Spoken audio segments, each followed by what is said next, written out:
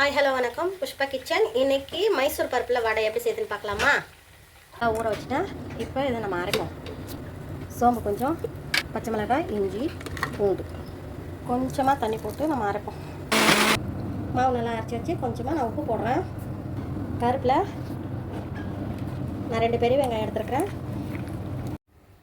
கொஞ்சமாக மிளகா தான் உடச்ச மிளகா. யாரை உடச்ச மிளகான்னு தெரியலைங்க. உடச்ச மிளகா. எண்ணெய் நல்லா காஞ்சிட்டு வடை தட்டி போடலாம்.